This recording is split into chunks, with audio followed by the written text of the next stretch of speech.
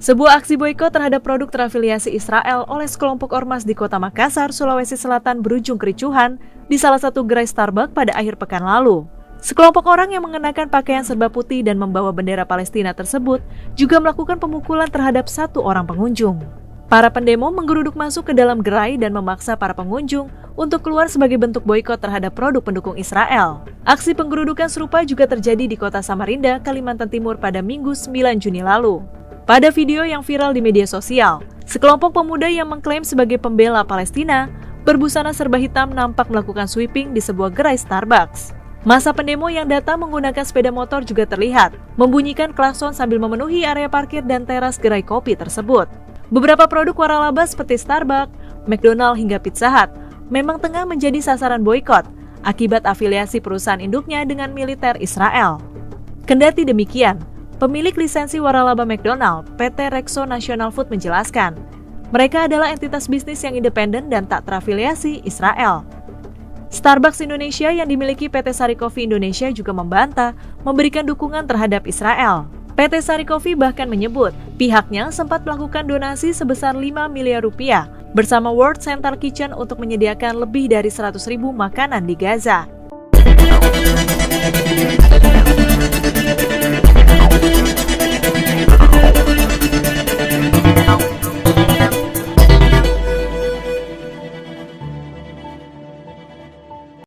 Teruntuk Pak Jokowi, terus juga Pak Prabowo, Pak Gibran, minta tolong banget buat aksi-aksi boikot yang sampai mukul pelanggannya. Tolong banget dipenjarain, Pak. Lu kan membela Palestina karena kemanusiaan ya, bukan karena agama atau rasis. Tapi kenapa lu berujung jadi menyakiti manusia lain? Ingat tujuan lu tuh memanusiakan manusia. Kenapa lu jadi kayak sama Israel? Lu nyakitin orang lain. Dengan lu datang terus lu teriak-teriak di toko aja itu udah gak bener loh. Apalagi lu sampai mukul atau attack tuh pelanggan, kok jadi kerusuhan gitu. Itu namanya bukan ngebela kemanusiaan, bro. Bela kemanusiaan dengan menyakiti manusia lain tuh bagaimana sih ceritanya? Palestine boykot sampai bangkrut. Kok gak malu sih masih makan Starbucks? Kalian tahu gak sih udah 36.000 orang mati karena makanan Anda, karena kopi Anda yang kamu konsumsi itu sudah membunuh orang. Tentang boikot-memboikot ya, itu haknya orang pribadi masing-masing ya. Setiap orang itu punya haknya masing-masing, Mbak. Jadi kalau yang lu lakuin ini, kalian lakuin ini, menurut gue itu udah anarkis, menurut gue itu sudah melanggar etika. Karena pertama, kalian mengganggu orang jualan, karena kalian mengganggu orang dagang. Terus kedua, kalian nempel-nempelin stiker di situ, kalian merusak properti orang. Terus yang ketiga, kalian udah mengganggu pengunjung yang ada di sana ya. Jadi menurut gua kalau boikotnya dengan cara ini itu bisa ditindaklanjuti, guys. Jadi hati-hati, jangan sampai kayak gini. Menurut gue ini udah gila, udah keterlaluan menurut gua. Jadi ya kalau memang kalian mau boikot ya udah boikot aja gitu. Tapi nggak yang kayak gini. Ini nggak menunjukkan kayak warga Indonesia tuh berkelas gitu. Nggak sama sekali menurut gua ya. Justru ini kayak lu tuh ngasih lihat kalau warga Indonesia tuh SDM-nya serendah ini gitu. Jadi jangan buat malu, Mbak. Bisa nggak? Jangan buat malu. Ya ampun.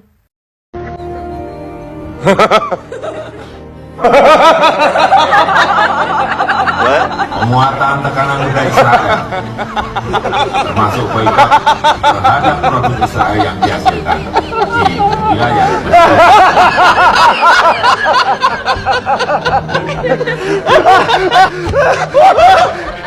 Gosh, great. Oh, hi. Wait a minute. Yakin mau boikot produk Israel? Apple, Facebook, Google, Instagram, WhatsApp, Telkomsel. Jangan jadi orang munafik loh.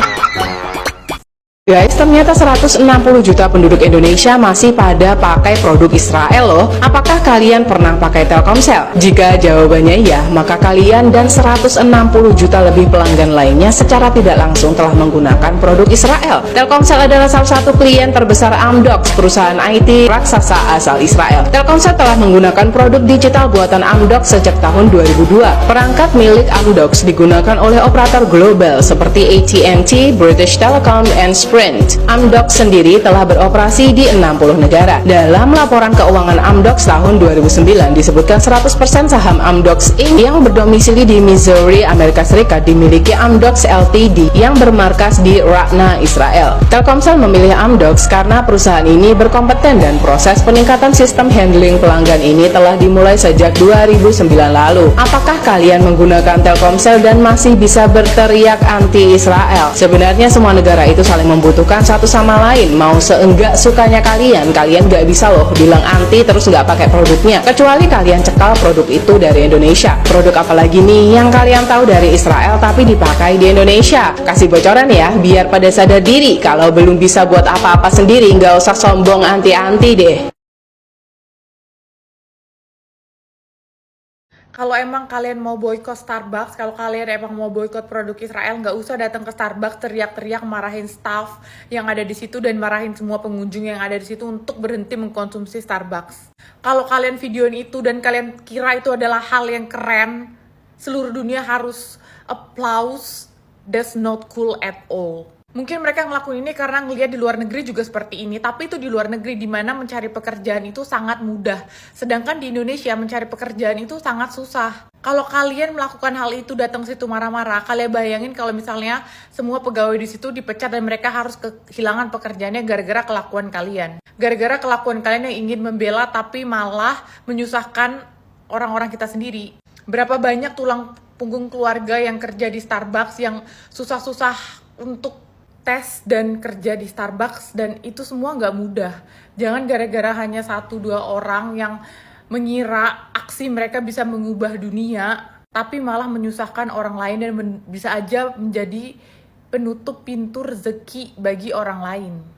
Jadi kalau memang mau boykot produk Israel, it's fine, nggak ada yang larang sama sekali. Tapi nggak usah melakukan hal seperti itu karena di Indonesia dan di luar negeri itu berbeda. Kalau di luar negeri, orang umur 50 tahun cari pekerjaan masih gampang. Di sini, anak usia produktif itu aja susah banget untuk mencari pekerjaan yang baru. Jadi jangan sampai gara-gara ulah kalian orang jadi kehilangan pekerjaannya.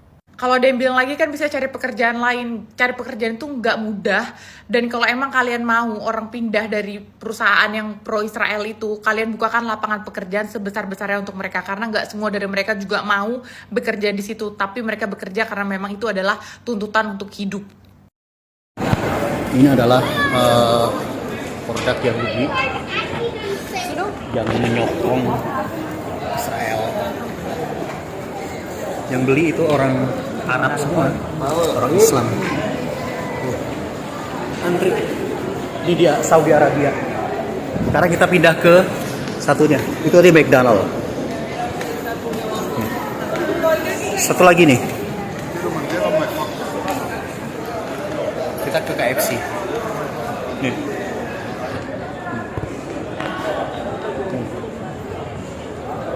Ini produk-produk Yahudi yang dibeli orang Muslim. Yang sudah jelas bahwa dua brand ini adalah menyokong Israel.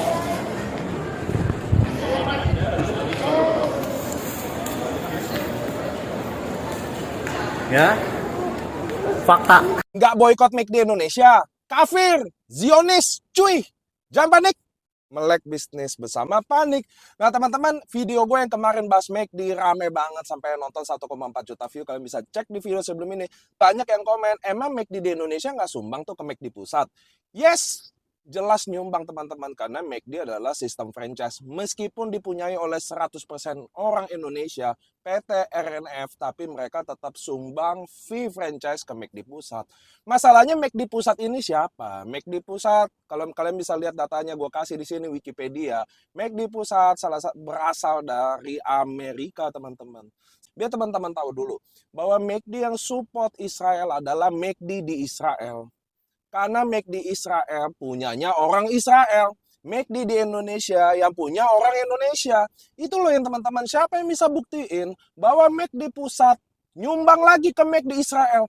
Nggak mungkin. Anda sepakat nggak? Kalau sistem franchise pasti cabang yang akan setor ke pusat, bukan pusat setor ke cabang. Jadi McD Indonesia akan nyumbang ke McD Amerika sebagai fee franchise-nya. Tapi siapa yang bisa buktiin kalau McD di Amerika sumbang lagi ke McD Israel? Nggak mungkin.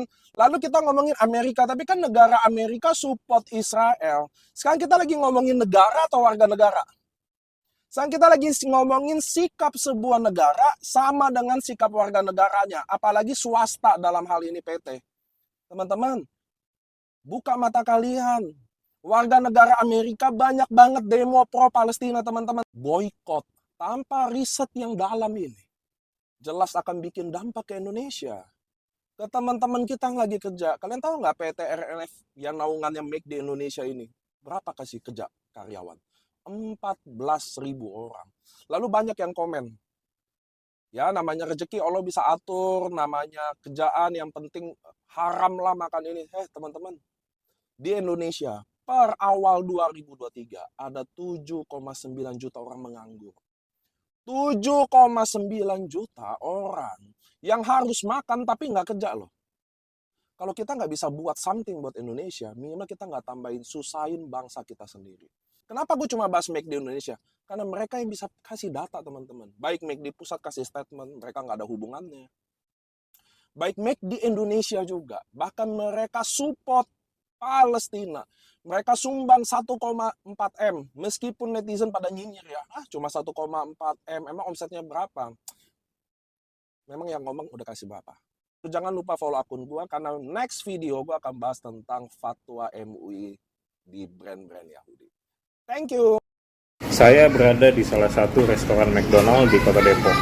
Seperti yang kita tahu, McDonald terkena imbas dari perang Israel-Palestina yang sedang berkecamuk di Timur Tengah. Karena McDonald dianggap sebagai pendukung Israel. Ini adalah pemikiran yang salah, bahkan tolol. Kenapa? Karena kalau kita bicara McDonald Indonesia, sudah sepenuhnya dimiliki oleh grup usaha nasional yang bernama Hexo Group, milik keluarga Sosrojoyo, yang juga merupakan pemilik teh botol Sosro. Grup usaha ini 100% dimiliki oleh orang Indonesia, dan mayoritas karyawannya pun adalah orang Indonesia yang juga umat Muslim. Sehingga ketika ada seruan untuk memboikot McDonald dengan alasan anti-Israel, ini sangat-sangat nggak nyambung alias tolol. Karena yang rugi adalah orang Indonesia juga. Yang rugi adalah umat Islam juga. Berkemanusiaan boleh, tapi jangan tolol.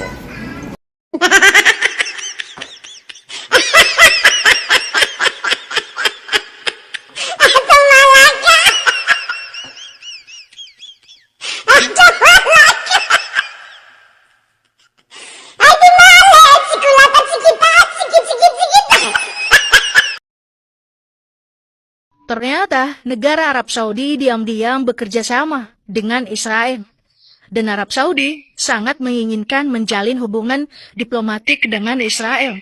Ketika Israel mendengarkan bahwa Arab Saudi ingin bekerja sama dengan negaranya, maka Israel sangat menyambut negara Mekah tersebut dengan hangat. Sejak mencanangkan program Saudi Vision 2030 mendatang, Arab Saudi mulai membuka diri demi melepas ketergantungan pada minyak. Negara ini mulai menata kehidupan di dalam dan luar negerinya, termasuk mencanangkan normalisasi hubungan dengan musuh bebuyutannya, yaitu Israel. Israel yang selalu mengejar hubungan diplomatik dengan negara manapun, termasuk Arab Saudi, jelas menyambut baik wacana ini. Namun, upaya ini selalu terganjal isu Palestina dari negara-negara Arab lainnya. Akan tetapi, Arab Saudi tetap membuka diri untuk menjalin hubungan diplomatik dengan terbuka kepada negara yang kuat di bumi ini, yaitu Israel. Dan bukan hanya itu, Arab Saudi dan Israel bekerja sama puluhan tahun yang lalu juga pernah menjalin hubungan secara diam-diam. 6 negara Arab mengepung Israel dengan brutal. Namun, ke-6 negara ini hanya bisa menerima kekalahannya dan tak mau melanjutkan perang lagi. Bagaimana menurut Kadrun? Kalian tidak merasa kecewakah? Soalnya Arab Saudi diam-diam menjalin hubungan diplomatik dengan Israel.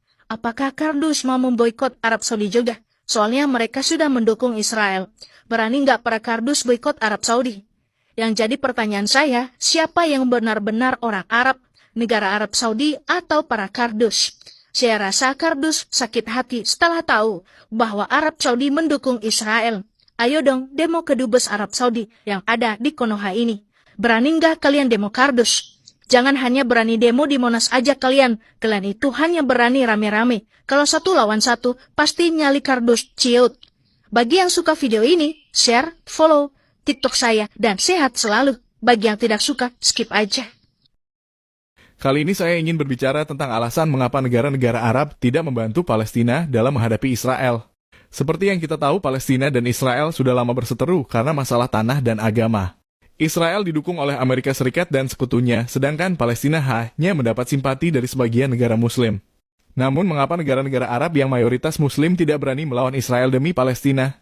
Apakah mereka tidak peduli dengan nasib saudara-saudara mereka yang tertindas? Ternyata ada beberapa alasan di balik sikap diam negara-negara Arab ini. Pertama, karena mereka tidak mau berkonfrontasi dengan Amerika Serikat yang merupakan sekutu utama Israel. Mereka khawatir akan kehilangan bantuan ekonomi dan politik dari negara adidaya itu. Kedua, karena mereka tidak bisa bersatu dan memiliki kepentingan masing-masing. Beberapa negara Arab bahkan sudah menjalin hubungan diplomatik dengan Israel seperti UEA, Bahrain, Sudan, dan Maroko. Mereka berharap bisa mendapat manfaat dari kerjasama dengan Israel di bidang perdagangan, teknologi, dan keamanan. Ketiga, karena mereka tidak memiliki strategi perjuangan yang efektif untuk membantu Palestina. Mereka hanya memberikan dukungan secara retoris, tetapi tidak melakukan tindakan nyata. Mereka juga tidak mau mengorbankan nyawa dan harta mereka untuk berperang melawan Israel. Keempat, karena mereka merasa tidak mendapat kontribusi apa-apa dari Palestina. Mereka menganggap Palestina sebagai beban dan masalah yang tidak pernah selesai. Mereka juga tidak mau terlibat dalam konflik internal antara Hamas dan Fatah yang memperebutkan kekuasaan di Palestina. Itulah beberapa alasan mengapa negara-negara Arab tidak membantu Palestina. Semoga video ini bisa memberikan informasi dan pemahaman kepada kalian semua.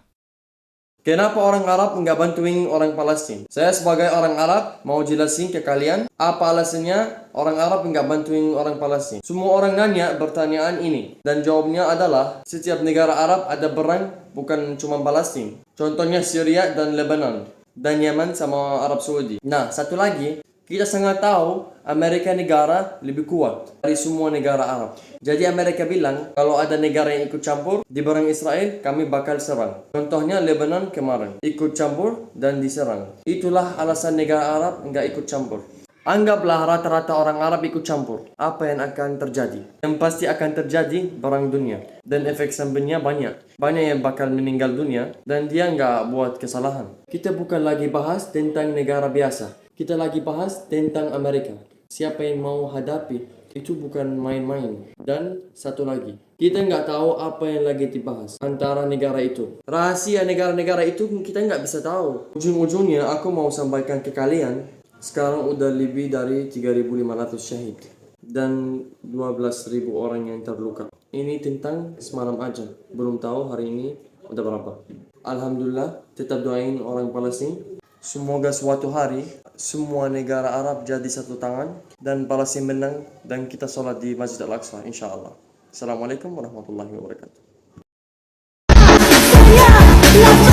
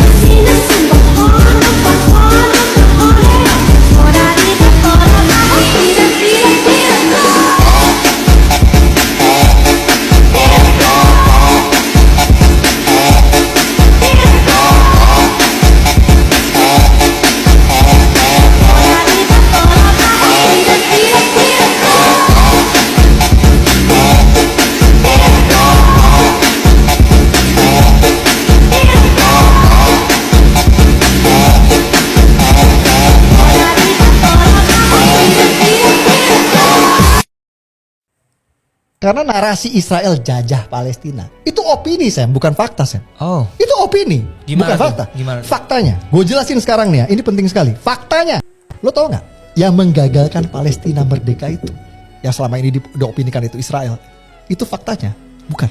Yang menggagalkan kemerdekaan Palestina, berdirinya negara Palestina, itu adalah negara-negara Arab, Sam.